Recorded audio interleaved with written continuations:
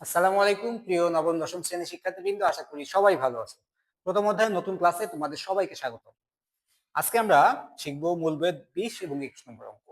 এবং আহ, এই যে অঙ্কটা 20 নম্বর, এটা কিন্তু অলরেডি তোমরা শিখে ফেলেছো। আমরা যেহেতু প্রথম যে মাস্টার ক্লাসটা নিয়েছিলাম তাত্ত্বিক বিষয়ে, ওই দিন কিন্তু আমরা এই যে মূলদ এবং অমূলদ সংখ্যার খুঁটিনাটি সব আলোচনা করেছি। তো যারা ওই ক্লাসটি দেখেছো এবং বুঝেছো তারা কিন্তু এই ধরনের প্রশ্ন মানে কোনো ক্যালকুলেট করা লাগবে না, তোমরা দেখেই বুঝতে পারবে যে কোনটি মূলদ কোনটি অমূলদ। ওকে। আর 21 নম্বর যে অঙ্কটি, এর কাছাকাছি অঙ্ক আমরা করেছি। যখন আমি করবো অঙ্কটি তখন দেখবা তোমাদের মনে হবে, হ্যাঁ এই ধরনের অঙ্ক তো আমরা করেছি। তো চলো শুরু করা যাক। প্রথমে আমাদের বলছে যে নিচের কোন সংখ্যাগুলো থেকে মূলদ অমূলদ সংখ্যা বের করতে হবে, মানে কোনটা মূলদ কোনটা অমূলদ। দেখো, আমরা জানি যে মূলদ সংখ্যার যে বৈশিষ্ট্য, সেটা হচ্ছে মূলদ সংখ্যাকে পি বাই কিউ আকারে লেখা যায়। তার মানে সকল পূর্ণ সংখ্যা, শূন্য এবং সকল ভগ্নাংশ সংখ্যা, সেগুলো হচ্ছে মূলদ সংখ্যা। আর অমূলদ সংখ্যা হচ্ছে মৌলিক সংখ্যার বর্গমূল, সেটা হচ্ছে অমূলদ সংখ্যা।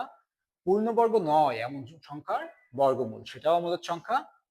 এরপরে কি, কোনো মূলদ সংখ্যার সাথে অমূলদ সংখ্যার সাথে যদি কোনো মূলদ সংখ্যার যোগ বিয়োগ গুণ ভাগ যাই থাক না কেন, সেটা অমূলদ সংখ্যা। আর অমূলদ সংখ্যার সাথে অমূলদ সংখ্যার গুণ বা ভাগ মূলদ হতে পারে, অমূলদ হতে পারে, তাই না? ওকে, আমরা এবার দেখি যে এই বৈশিষ্ট্যগুলোর সাথে কোনগুলা মেলে। দেখো, কতে আমাদের বলছে কি 0.4 পৌনঃপুনিক। এটা হচ্ছে একটা আবৃত দশমিক ভগ্নাংশ। আমরা জানি যে অসীম অনাবৃত দশমিক ভগ্নাংশ অমূলদ সংখ্যা। আমি আবার বলি, অসীম অনাবৃত দশমিক ভগ্নাংশ, তার মানে যেই ভগ্নাংশটা চলতেই আছে চলতেই আছে, সেটা হচ্ছে অসীম ভগ্নাংশ এবং সেটার পুনরাবৃত্তি হবে না কোনো সংখ্যার। তার মানে এভাবে পৌনঃপুনিক দিয়ে লেখা যাবে না, সেই সংখ্যাগুলো অমূলদ সংখ্যা। এছাড়া যদি আবৃত দশমিক ভগ্নাংশ হয়, সেই আবৃত দশমিক ভগ্নাংশ হয় মূলদ সংখ্যা। তাহলে দেখো, এটা একটা আবৃত দশমিক ভগ্নাংশ, তাহলে এটা হবে একটা মূলদ সংখ্যা। এবার কেন মূলদ সংখ্যা হলো সেটা যদি আমরা লজিক বের করি, দেখো এটাকে যদি আমরা সাধারণ ভগ্নাংশে পরিণত করি, তাহলে আসবে কত? পুরো সংখ্যা লিখতে হয়, বিয়োগ করতে হয় পৌনঃপুনিকের আগ পর্যন্ত সংখ্যা, কিছু নাই মানে শূন্য, ডিভাইডেড বাই পৌনঃপুনিক যে কয়টা সংখ্যার উপরে থাকে সেই কয়টা 9, পৌনঃপুনিকের আগে দশমিকের পরে যে কয়টা সংখ্যা সে কয়টা শূন্য। সংখ্যা নাই, শূন্য হবে না। তাহলে একে আমরা লিখতে পারি, দেখো 4/9, তার মানে পি বাই কিউ আকারে দেখো লেখা গেছে। তাহলে এটা অবশ্যই একটা মূলদ সংখ্যা। ওকে, তাহলে আশা করি তোমরা খুব সহজে এটা বুঝতে পেরেছো। তারপরে একটা আমরা দেখি খতে আমাদের বলছে কি √9। দেখো 9 হচ্ছে একটি পূর্ণবর্গ সংখ্যা, তার মানে √9 যদি আমরা করি তাহলে আমরা পাবো কত? অ্যান্সার 3। এটা অবশ্যই একটা পূর্ণ সংখ্যা, যেহেতু এটা অবশ্যই মূলদ সংখ্যা, তাহলে 9ও মূলদ সংখ্যা। তারপরে আমরা দেখি গতে কি বলছে। গতে আমাদের বলছে √11। দেখো, 11 হচ্ছে একটি মৌলিক সংখ্যা। আমরা জানি মৌলিক সংখ্যার যদি বর্গমূল করি তাহলে সেটি হবে একটি অমূলদ সংখ্যা, তাহলে এটি কি হবে? অমূলদ। তাহলে মূলদ গুলা যদি আমরা টিক দিই আর অমূলদ গুলা যদি ক্রস দিই তাহলে এটি অমূলদ। তারপরে ঘতে দেখো আমাদের কি বলছে, √6/3। দেখো 6 হচ্ছে এমন একটি সংখ্যা 6 যেটা পূর্ণবর্গ নয়, তাহলে পূর্ণবর্গ নয় এমন সংখ্যার বর্গমূল হচ্ছে অমূলদ সংখ্যা। তাহলে √6 একটি অমূলদ সংখ্যা আর 3 মূলদ সংখ্যা। আমরা জানি অমূলদ সংখ্যার সাথে কোনো মূলদ সংখ্যা যদি গুণ, ভাগ, যোগ, বিয়োগ যেভাবেই থাক না কেন, ওই সংখ্যাটি হয়ে যায় কি? অমূলদ সংখ্যা। তাহলে এটা হচ্ছে অমূলদ সংখ্যা, এর সাথে একটা মূলদ সংখ্যা ভাগ আকারে আছে, ওই সংখ্যাটি হবে কি? অমূলদ সংখ্যা। তাহলে এটা হবে অমূলদ সংখ্যা। ওকে। তারপরে আমাদের পরের অঙ্কটি দিয়েছে কি √8/√7। যদি এই ধরনের অঙ্ক থাকে যে উপর নিচে দুইটা সংখ্যার উপর রুট আছে, তাহলে আমাদের ফার্স্ট কাজ হচ্ছে দেখতে হয় যে এই দুইটা রুটকে একটা রুটে পরিণত করতে হয়। তাহলে সংখ্যাটি কি আসবে? 8/7। এবার দেখা যায় কাটাকাটি করা যায় কিনা। যদি কাটাকাটি করে এমন কোন সংখ্যা পরিণত করা যায় যে সংখ্যাটি পূর্ণবর্গ সংখ্যা, তাহলে সেটা মূলদ সংখ্যা হয়ে যায়। দেখো, এটা কাটাকাটি করা যাচ্ছে না। কাটাকাটি করা যাচ্ছে না যেহেতু, আবার 7 হচ্ছে একটি মৌলিক সংখ্যা আর √8 একটি পূর্ণবর্গ সংখ্যা নয়, তাহলে এই দুটি সংখ্যার বর্গমূলই অমূলদ সংখ্যা। আবার একই রুটের নিচে এসে দেখলাম কাটাকাটিও করা যাচ্ছে না, তার মানে এটা মূলদ হওয়ার কোনো চান্স নাই, তাহলে এটা হচ্ছে কি? অমূলদ সংখ্যা। ওকে। এর পরের সংখ্যাটি আমরা দেখি। আমাদের বলছে √27 এবং √48। দেখো এই ক্ষেত্রেও দুইটি সংখ্যা যে দিয়েছে, এই দুটি সংখ্যাই কিন্তু পূর্ণবর্গ নয়। তাহলে কিন্তু নর্মালি আমরা বলতে পারি যে এটা কিন্তু অমূলদ সংখ্যা হচ্ছে, তাই না? কিন্তু আমি বলছি কি, যদি দুইটা সংখ্যার উপর রুট থাকে, ভাগ আকারে থাকে বা গুণ আকারে থাকে, তখন তাদেরকে একই রুটের মধ্যে নিয়ে আসতে হয়। নিয়ে এসে কাটাকাটি করে যদি করা যায় বা মূলদ সংখ্যা যদি বানানো যায়, সেটা ট্রাই করতে হয়। তো দেখো এটাকে যদি আমরা একই রুটের মধ্যে নিয়ে আসি, এবং এখানে একটা কথা বলে রাখি যে ভাগ আকারে থাকলে অথবা গুণ আকারে থাকলে দুইটি সংখ্যার রুট একই রুটের আন্ডারে আনা যায় দুটি সংখ্যাকে। যেমন ধরো এটা যদি এমন থাকতো, তাহলেও কিন্তু আমরা লিখতে পারতাম একটা রুট 27 × 48। কিন্তু এরা যদি যোগ আর বিয়োগ আকারে থাকতো, তখন কিন্তু আর একটা রুটের মধ্যে এদের নিয়ে আসা যেত না। তার মানে যদি এইভাবে থাকতো √27 প্লাস √48, তাহলে কিন্তু আমরা এইভাবে লিখতে পারতাম না। 27 প্লাস 48 এটা কিন্তু লেখা যেত না। আবার একইভাবে যদি বিয়োগ থাকতো, তাহলেও কিন্তু এটা লেখা যেত না। এটা খেয়াল রাখতে হবে। তাহলে আমরা এক রুটের ভিতরে নিয়ে আসতে, এবার দেখি কাটাকাটি করা যায় কিনা। দেখো 27কে আমরা 3 দ্বারা কাটতে পারি, তাই না? আবার 9 দ্বারাও কাটতে পারি, কিন্তু এখানে 9 দ্বারা কাটা যাচ্ছে না, একে 3 দ্বারা কাটা যায়। 3 দিয়ে কাটলে 3 নং 27, 3 দিয়ে কাটলে 3 ষোলো 48। এখন দেখো আমরা কি পাচ্ছি, যদি রুটটাকে আলাদা করে দিই, √9 √16, দেখো দুইটাই পূর্ণবর্গ সংখ্যা। তাহলে উপরেরটার বর্গমূল করলে পাচ্ছি 3, নিচেরটার পাচ্ছি 4। দেখো দুইটা সংখ্যা পেয়েছি আমরা p/q আকারে, তাই না? পূর্ণ সংখ্যা পেয়েছি।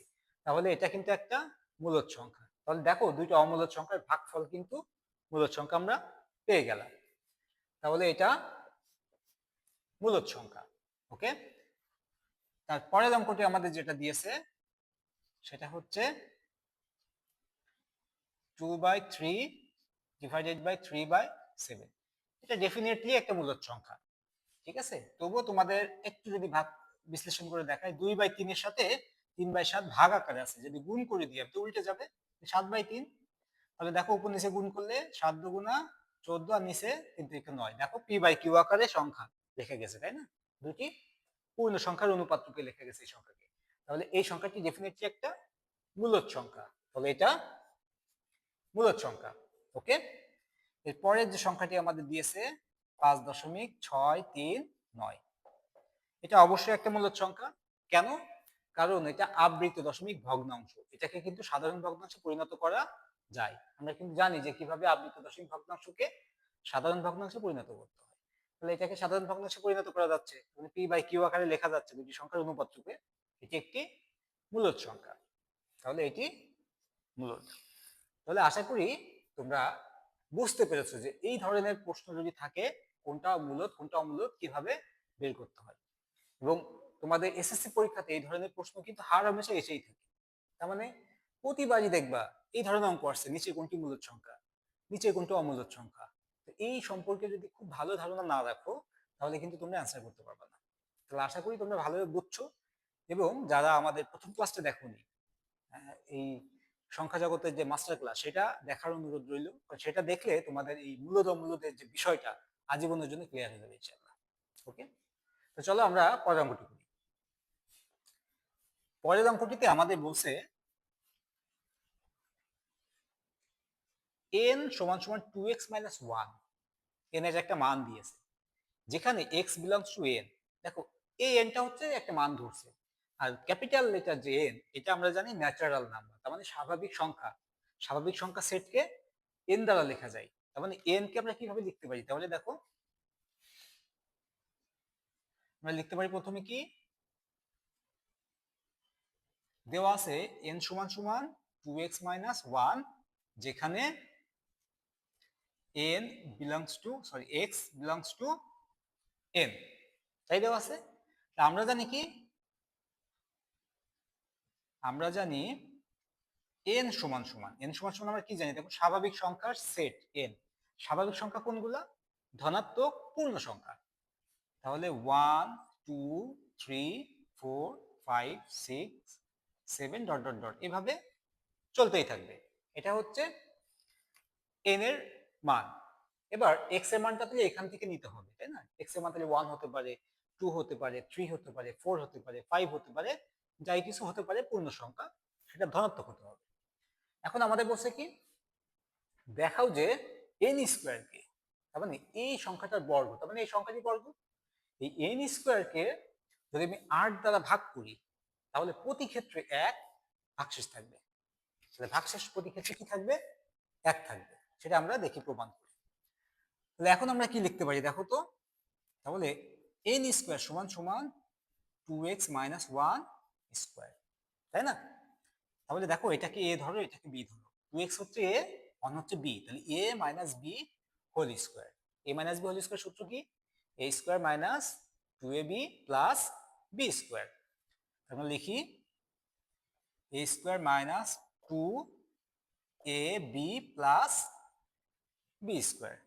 ওকে, এই স্কয়ারটা দুটোর সাথে আছে, তাহলে লেখা যায় 4x স্কয়ার মাইনাস 2 দুগুণা 4, 4 এর সাথে 1 গুণ করলে 4x প্লাস 1 এর স্কয়ার করলে 1। এটা তো আশা করি বুঝতে পেরেছো তোমরা। এখন দেখো এই দুইটা থেকে আমরা কি কমন নিতে পারি? দুইটার মধ্যে আছে দেখো 4x। তাহলে যদি 4x কমন নিই, তাহলে কমন নেওয়ার অর্থ হচ্ছে ভাগ করে ফেলা। এই 4x স্কয়ারকে 4x দ্বারা যদি আমি ভাগ করি তাহলে 4 4 কেটে যাচ্ছে, থাকে 1। x এর সাথে এই x স্কয়ারকে x দিয়ে ভাগ করলে দুইটা x থেকে একটা x কেটে গেল, থাকে একটা x। তাহলে একটা x এর সাথে 1 গুণ করলে থাকলো কি? x। এই মাইনাস এই মাইনাস, এই 4x কে 4x তে ভাগ করলে 4x 4x কেটে যাচ্ছে, থাকে 1। এই প্লাস 1। ওকে, এবার এখানে খুব ইন্টারেস্টিং একটা জিনিস আছে। সেটা হচ্ছে ধরো আমি একটা সংখ্যা নিলাম 1, তাহলে এর পরের সংখ্যাটি কি হবে? 2। তারপরের সংখ্যাটি কত হবে? 3। তারপরের সংখ্যাটি 4। এই সংখ্যাগুলো কি পরপর বলো তো? ক্রমিক সংখ্যা, তাই না? মানে একটা সংখ্যা নিছি, তারপরে আর এক যোগ করলে আরেকটা সংখ্যা বাড়তেছে, তারপরে এক যোগ করলে আরেকটা সংখ্যা বাড়তেছে, এরা পরপর ক্রমিক সংখ্যা। আবার যদি উল্টা দিকে আমি চিন্তা করি, 4, 4 এর আগের ক্রমিক সংখ্যা কত? 3, মানে 1 বিয়োগ করলে 3 পাচ্ছি, আবার 3 থেকে 1 বিয়োগ করলে 2 পাচ্ছি, 2 থেকে 1 বিয়োগ করলে 1 পাচ্ছি। তাহলে 1 এর ক্রমিক সংখ্যা যেমন 2, আবার 2 এর আগের ক্রমিক সংখ্যাও 1। 2 এর ক্রমিক সংখ্যা যেমন 3, 3 এর আরেকটা ক্রমিক সংখ্যা হচ্ছে আগের 2। আশা করি এই থটটা বুঝতে পেরেছো। তাহলে এখানে দেখো আমাদের যেটা দেওয়া আছে যে 4x, এখানে দেখো x ইন্টু এক্স মাইনাস 1 আছে না, এই যে x ইন্টু এক্স মাইনাস 1। এই x এর মানটা ধরো আমি এখান থেকে 1 নিলাম, সে 1 তো নেওয়া যাচ্ছে না, কারণ যেহেতু স্বাভাবিক সংখ্যা, তাহলে এটা x মাইনাস 1 শূন্য হয়ে যাচ্ছে। x এর মানটা আমি ধরো এখানে 2 নিলাম, সে তাহলে x মাইনাস 1 কত আসতেছে দেখো তো? 1 আসতেছে, তাই না? x এর মান যদি আমি 3 নিই তাহলে x মাইনাস 1 কত আসতেছে দেখো তো? x সমান সমান যদি আমি 3 নিই তাহলে x মাইনাস 1 কত আসতেছে? 2 আসতেছে। আবার x এর মান যদি 4 নিই তাহলে x মাইনাস 1 কত আসতেছে? 3 আসতেছে। তাহলে এইটা এবং এইটা দেখো তো দুটি ক্রমিক সংখ্যা না? তার মানে x মাইনাস 1 এর পরের সংখ্যাই হচ্ছে x। তাহলে দুটি ক্রমিক সংখ্যা, এটা তো আমরা বুঝতে পারছি যে x আর x মাইনাস 1 এই দুইটা হচ্ছে ক্রমিক সংখ্যা। এই দুটি ক্রমিক সংখ্যার গুণফল সবসময় জোড় সংখ্যা হয়। আমি একটু দেখাই। দুটি ক্রমিক সংখ্যার গুণফল সবসময় জোড় সংখ্যা হয়। ধরো 1 আর 2 ক্রমিক সংখ্যা গুণ করো 2, 2 আর 3 গুণ করো 6, 3 আর 4 গুণ করো 12। এইভাবে পৃথিবীর যত ক্রমিক সংখ্যা আছে, এই ক্রমিক সংখ্যা যদি পরপর দুইটা ক্রমিক সংখ্যা গুণ করো তাহলে এদের গুণফল সবসময় জোড় সংখ্যা হয়। তাহলে দেখো x আর x মাইনাস 1 এরা হচ্ছে ক্রমিক সংখ্যা, তাহলে x ইন্টু এক্স মাইনাস 1 এদের গুণফলটা কি হবে? একটি জোড় সংখ্যা হবে। আশা করি বুঝতে পেরেছো। এই কথাটা আমরা একটু লিখি। আমরা লিখবো যে এখানে x ও x মাইনাস 1 দুটি ক্রমিক সংখ্যা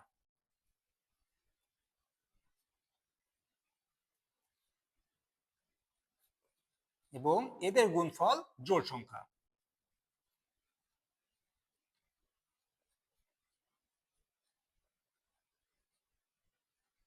ওকে, এটা বুঝতে পেরেছো আশা করি। এখন দেখো পৃথিবীর সকল জোড় সংখ্যা কোন সংখ্যা দ্বারা বিভাজ্য? 2 দ্বারা বিভাজ্য। পৃথিবীর সকল জোড় সংখ্যা 2 দ্বারা নিঃশেষে বিভাজ্য। তাহলে আমরা লিখতে পারি না যে x ও x মাইনাস 1 এই দুটি সংখ্যার গুণফল যেহেতু জোড় সংখ্যা, তাহলে x ও x মাইনাস 1 এর গুণফল 2 দ্বারা বিভাজ্য? নিঃসন্দেহে বিভাজ্য, কারণ এটা জোড় সংখ্যা যেহেতু। লিখতে পারি যে অতএব x ইন্টু এক্স মাইনাস 1 সংখ্যাটি 2 দ্বারা বিভাজ্য। ওকে, এবার দেখো এই সংখ্যাটি 2 দ্বারা বিভাজ্য। এই সংখ্যার সামনে আমি একটা 4 নিয়ে আসছি, x ইন্টু x মাইনাস 1, একে আমি 2 দ্বারা ভাগ করতে পারতেছি, এর সামনে আর একটা 4 আছে গুণ আকার, এই 4 কে কাটতে গেলে আমার আর একটা 4 নিয়ে আসতে হবে না? তাহলে দেখো তো আলটিমেটলি এই সংখ্যাটি কত দ্বারা বিভাজ্য? 4 দুগুণা 8 দ্বারা বিভাজ্য। আমি আবার বলি, x ইন্টু x মাইনাস 1 তো জোড় সংখ্যা, তাহলে একে একে ভাগ করা যায় কত দ্বারা? 2 দ্বারা। এর আগে দেখো 4 আছে গুণ আকারে, তাহলে এই 4 কে ভ্যানিশ করতে গেলে আর একটা 4 লাগবে আমার ভাগ করতে গেলে, আলটিমেটলি পুরো সংখ্যাটিকে আমি কত দ্বারা ভাগ করতে পারতেছি? দেখো 4 গুণিত 2 মানে 8 দ্বারা। তাহলে আমরা লিখতে পারি যে 4x ইন্টু x মাইনাস 1 এই সংখ্যাটি কত দ্বারা বিভাজ্য? 8 দ্বারা বিভাজ্য। ওকে, সেটা আমরা লিখি। অতএব 4x ইন্টু x মাইনাস 1 সংখ্যাটি 8 দ্বারা বিভাজ্য অথবা নিঃশেষে বিভাজ্য। এবার দেখো, এই সংখ্যাটি তো আমরা পেয়ে গেলাম 8 দ্বারা নিঃশেষে বিভাজ্য। এবার এই দেখো শেষে একটা কি আছে, প্লাস 1 আছে না? তাহলে পুরো সংখ্যাটিকে যদি আমি 8 দ্বারা ভাগ করি, তাহলে শেষে এই একটি থেকে যাচ্ছে না, কারণ এ নিঃশেষে বিভাজ্য হয়ে গেছে, কিন্তু এই একটি থেকে গেছে। তাহলে এই পুরো সংখ্যাটিকে যদি আমি 8 দ্বারা ভাগ করি, তাহলে 1 অবশিষ্ট থাকবে। এই সংখ্যাটি কোথা থেকে এসেছে? n স্কয়ার থেকে। তাহলে দেখো আমাদের সেটাই বলছিল যে n স্কয়ারকে 8 দ্বারা ভাগ করলে প্রতি ক্ষেত্রে 1 ভাগশেষ থাকবে। তাহলে আমরা লিখতে পারি যে অতএব 4x into x minus 1 plus 1 সংখ্যাটিকে 8 দ্বারা ভাগ করলে প্রতি ক্ষেত্রে ভাগশেষ 1 থাকে। এটাই আমাদের প্রমাণ হয়ে গেছে। আশা করি তোমরা এটা খুব ভালোভাবে বুঝতে পেরেছো। এখন যদি তোমরা মান ধরে প্রমাণ করতে চাও শুদ্ধি পরীক্ষা, সেটাও করতে পারো। যেমন ধরো x এর মান তুমি 2 ধরলেছে, তাহলে 2 ধরো, তাহলে 2 আর এখানে 1, তাহলে 2 1 2, 4 2 8, সাথে যোগ আছে 1, তাহলে 9, সংখ্যাটি কত হচ্ছে? 9। তাহলে 9 কে তুমি 8 দ্বারা ভাগ করো, 8 কে 8, শেষে 1 থাকবে। আবার x এর মান ধরো 3 নিলা, তাহলে 3, এখানে থাকতে 2, তাহলে 3 2 6, 6 এর সাথে 4 গুণ করো, 4 6 24, 24 আর 1 25, তাহলে পুরো সংখ্যাটি হচ্ছে 25। 8 দিয়ে ভাগ করো, 3 8 24, থাকলো কত? 1। এখান থেকে যে মানটাই নিবা না কেন সেম একই অবশিষ্ট থাকবে। ওকে, তাহলে আশা করি তোমরা আজকে যে আমরা দুইটা টপিক নিয়ে কথা বলেছি তোমরা খুব ভালোভাবে বুঝতে পেরেছো। আমাদের মূল বইয়ের যে অঙ্কগুলো ছিল মোটামুটি শেষ, এখন মূল বইয়ের কিছু এমসিকিউ আছে। আমরা পরবর্তী ক্লাসে ইনশাল্লাহ সেই এমসিকিউ নিয়ে আলোচনা করব। তো পরবর্তী ক্লাস দেখার জন্য অগ্রিম শুভকামনা সবাইকে। আল্লাহ হাফেজ।